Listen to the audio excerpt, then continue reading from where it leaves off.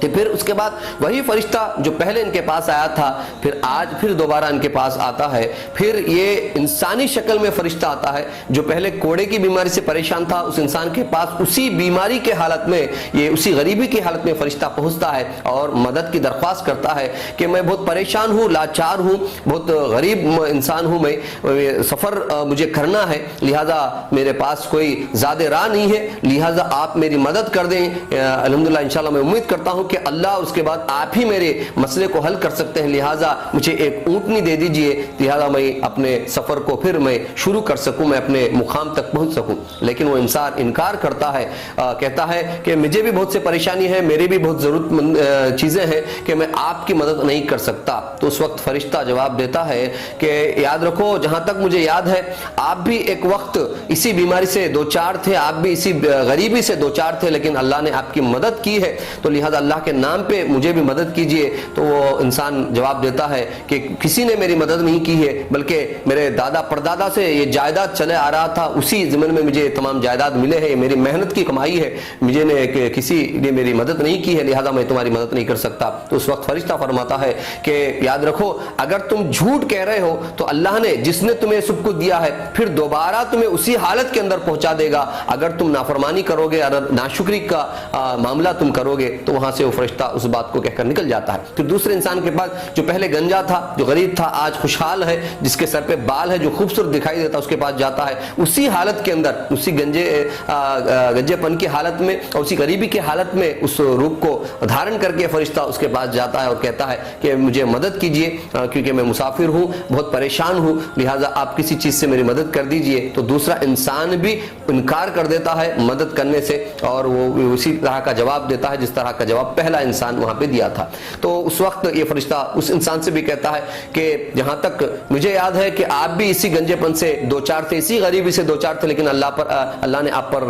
رحمت نازل کی, آپ کی مدد کی, آپ کی حالت خوشحالی کے اندر بدل گئی, تو لہٰذا آج تم انکار کرتے ہو. لیکن یاد رکھو, اگر یہ تمہاری بات جھوٹی ہے تو اللہ تعالیٰ جس نے تمہیں پہلے مدد کی تھی, تو جس حال میں تمہیں سے نکالا تھا اسی حال میں تمہیں پہنچا دے گا. یاد رکھنا, یہ بات کہہ کر وہ فرشتہ وہاں سے بھی نکل جاتا ہے. پھر آخر میں تیسرے انسان کے پاس آتا ہے جو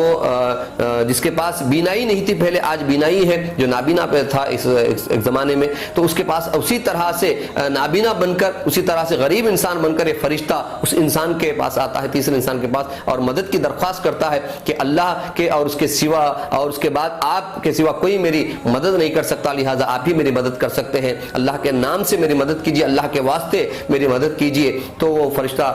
کو انسان جواب دیتا ہے کہ جو کچھ بھی میرے پاس ہے بے شک اللہ ہی نے مجھے دیا ہے, اللہ ہی کا دیا ہوا ہے. ایک وقت میں بھی تمہاری طرح نابینا تھا, غریب تھا, لاچار تھا,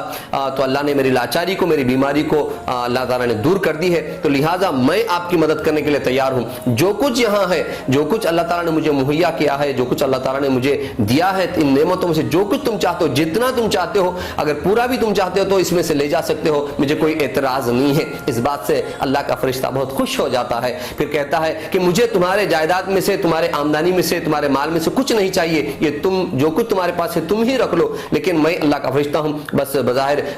ایک امتحان کے طور پر میں تمہارے پاس آیا ہوں جس میں تم کامیاب ہو گئے, اللہ تم سے راضی ہو گیا. لیکن وہ دو انسان جو تم سے پہلے تھے, اللہ ان سے ناراض ہے, ان سے خفا ہے کہ اللہ کی ناشکری میں وہ مبتلا ہے, وہ انکار, اللہ کی بندوں کی مدد کرنے میں وہ انہوں نے انکار کر دیا, تو لہذا اللہ تم سے خوش ہے. وہاں سے فرشتہ چلا جاتا ہے. تو عزیز ساتھیوں, ہمیں یاد رکھنا چاہیے کہ جو کچھ بھی ہمارے پاس ہے یہ اللہ ہی کا دیا ہوا ہے. قرآن مجید میں بھی اللہ تعالیٰ بارہا کہتا ہے جو کچھ تم کو دیا گیا ہے اس میں سے اللہ کے راہ میں خرچ کیجئے. تمہارے مال میں سے, اللہ کے دیے ہوئے مال میں سے, یعنی ہمارے پاس جو کچھ ہے اللہ کا دیا ہوا ہے. لہٰذا بہت سے لوگ ہمارے سے آتے ہیں, ملتے ہیں, ہم بہت سے لوگوں سے ملتے ہیں, ہم نہیں جانتے کہ کون کس روپ میں ہے. اللہ کے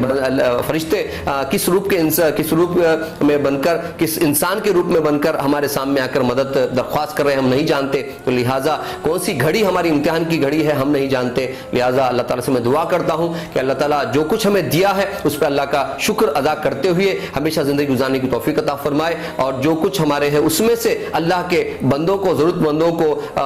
جو مدد کے لیے پکارتے ہیں ان تک، یتیموں تک، غریبوں تک، لاچاروں تک، مسافروں تک، پریشان جو ہیں حال ان تک ہماری مدد ہمیں پہنچانے کی اللہ تعالیٰ توفیق عطا فرمائے، اور ہمیں جو کچھ آزمائش میں اللہ تعالیٰ ڈالتا ہے اس میں ہمیں بھرپور کامیاب ہو کر نکلنے کی اللہ تعالیٰ ہمیں نصیب ہمیں عطا فرمائے. وآخر الدعوانا ان الحمد للہ رب العالمین. السلام علیکم ورحمۃ اللہ وبرکاتہ.